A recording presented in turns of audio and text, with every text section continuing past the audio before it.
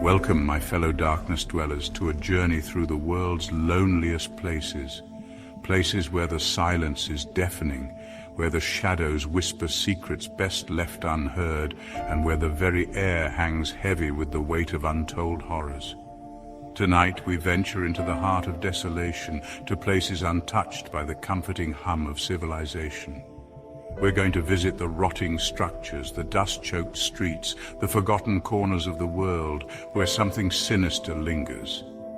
Prepare yourself for 3 chilling tales that will make you question the safety of solitude. Because in these desolate landscapes, the line between reality and nightmare blurs, and sometimes the loneliest places are also the most terrifying. Our journey begins in the decaying ruins of Cranbrook Mental Hospital, a place once dedicated to healing, now a festering wound on the landscape, abandoned and left to rot. Imagine, if you will, the halls echoing not with the comforting murmur of nurses, but with the ghostly whispers of the forgotten souls who once called this place home. Patients who wandered these halls, their minds frayed, their sanity hanging by a thread. Can you feel the despair that clings to these crumbling walls, seeping from the very bricks and mortar?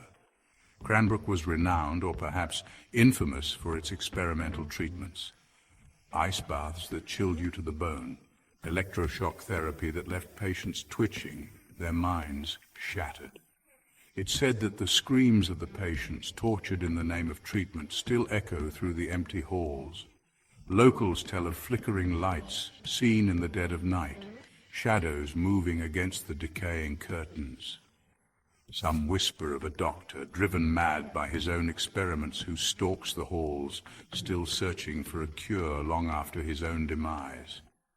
Picture yourself standing in the overgrown courtyard, weeds pushing through the cracked pavement. Above you, a rusted birdcage hangs from a broken chain, a grim reminder of the patients who yearned for freedom. As you step inside, the air grows heavy, thick with the scent of decay and the weight of unimaginable suffering. The floorboards groan beneath your feet, each step a descent into madness.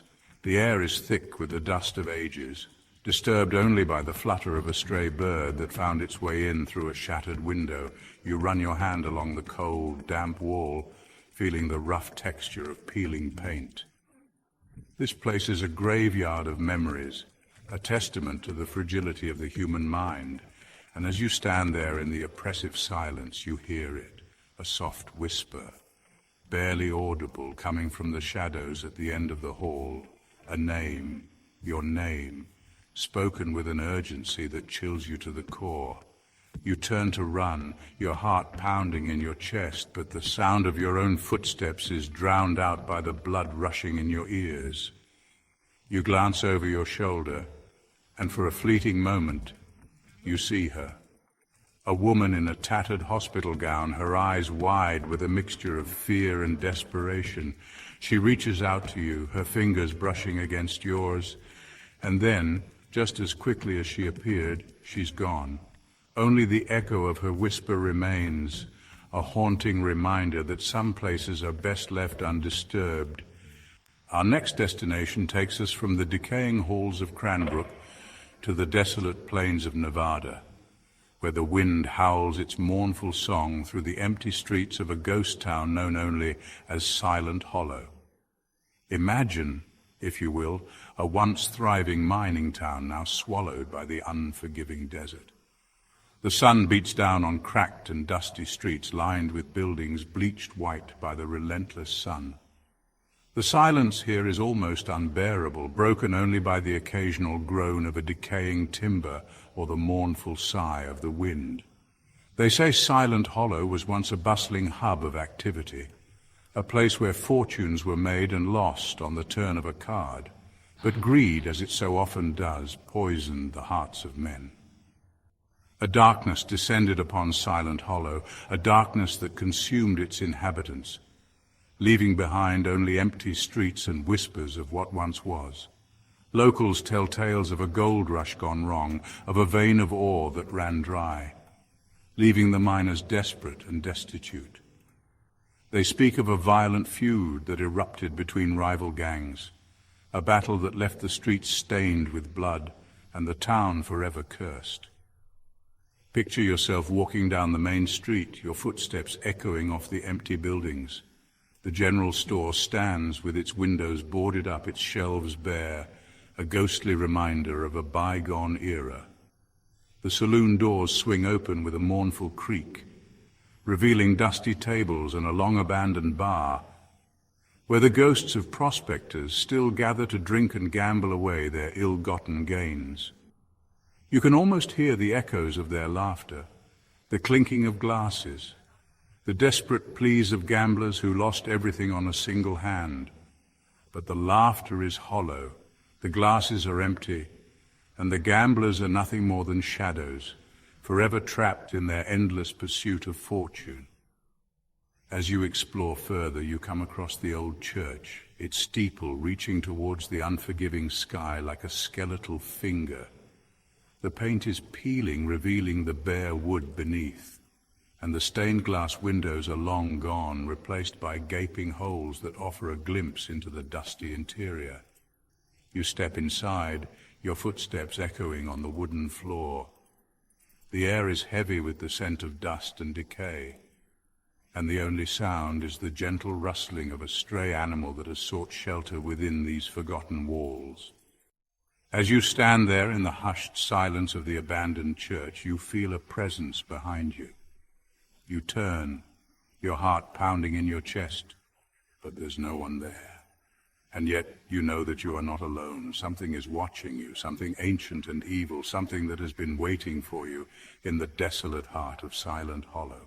Our final journey takes us to the edge of the world, to a lonely, storm-battered lighthouse known as the Devil's Candle, standing sentinel on a jagged cliff face, its beam a solitary beacon in a sea of darkness. Imagine the relentless crashing of waves, the mournful cry of gulls, and the bone-chilling howl of the wind.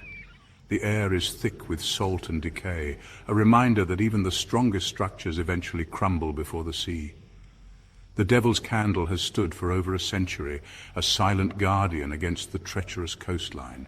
But those who know its history whisper that the true horror lies within the lighthouse itself. Legend has it that the lighthouse keeper, driven mad by isolation, began to see things that weren't there. He claimed something ancient and evil was calling to him from the depths, promising power in exchange for his soul. The other keepers dismissed his ravings, but the whispers persisted, growing louder. They say he began talking to the shadows, his voice taking on a strange, guttural quality.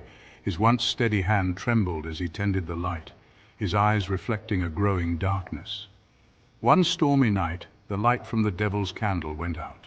When rescuers reached the tower, they found the keeper huddled in a corner, his face contorted in a silent scream. He was clutching a piece of parchment covered in strange symbols and cryptic writing.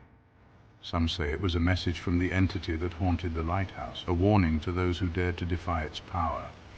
Others believe it was a desperate plea for help, a final act of defiance against the darkness that had consumed him.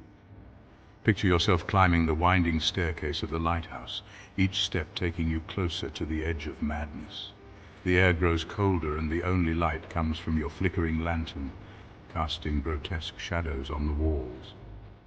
You reach the top and step out onto the narrow balcony, the wind whipping at your clothes. Below, the waves crash against the rocks, their roar a deafening symphony of chaos. As you gaze out at the churning sea, you feel a presence behind you. You turn slowly, your heart pounding, and there, standing in the doorway, is the ghostly figure of the former lighthouse keeper. His eyes, once filled with life, are now hollow sockets, burning with an eerie light. He reaches out to you, his skeletal fingers beckoning you closer. You try to scream, but no sound escapes your lips. You are frozen in place, trapped by the terrifying gaze of the lighthouse keeper, his silent scream echoing the torment that consumed his soul. And so we conclude our journey through the world's loneliest places, haunted by the echoes of forgotten souls and the chilling reminder that some places are best left undisturbed.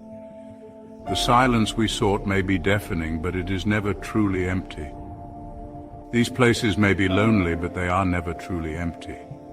Beware the silence, for it hides the most terrifying of secrets. The whispers in the walls, the shadows in the deserted streets, the flickering lights in the lighthouse, they are all reminders that we are not alone, even in the most desolate corners of the world. If you enjoyed these stories, don't forget to like, subscribe, and hit the bell icon for more spine-chilling tales. And remember, the next time you find yourself seeking solitude, be careful what you wish for the loneliest places often hold the darkest secrets.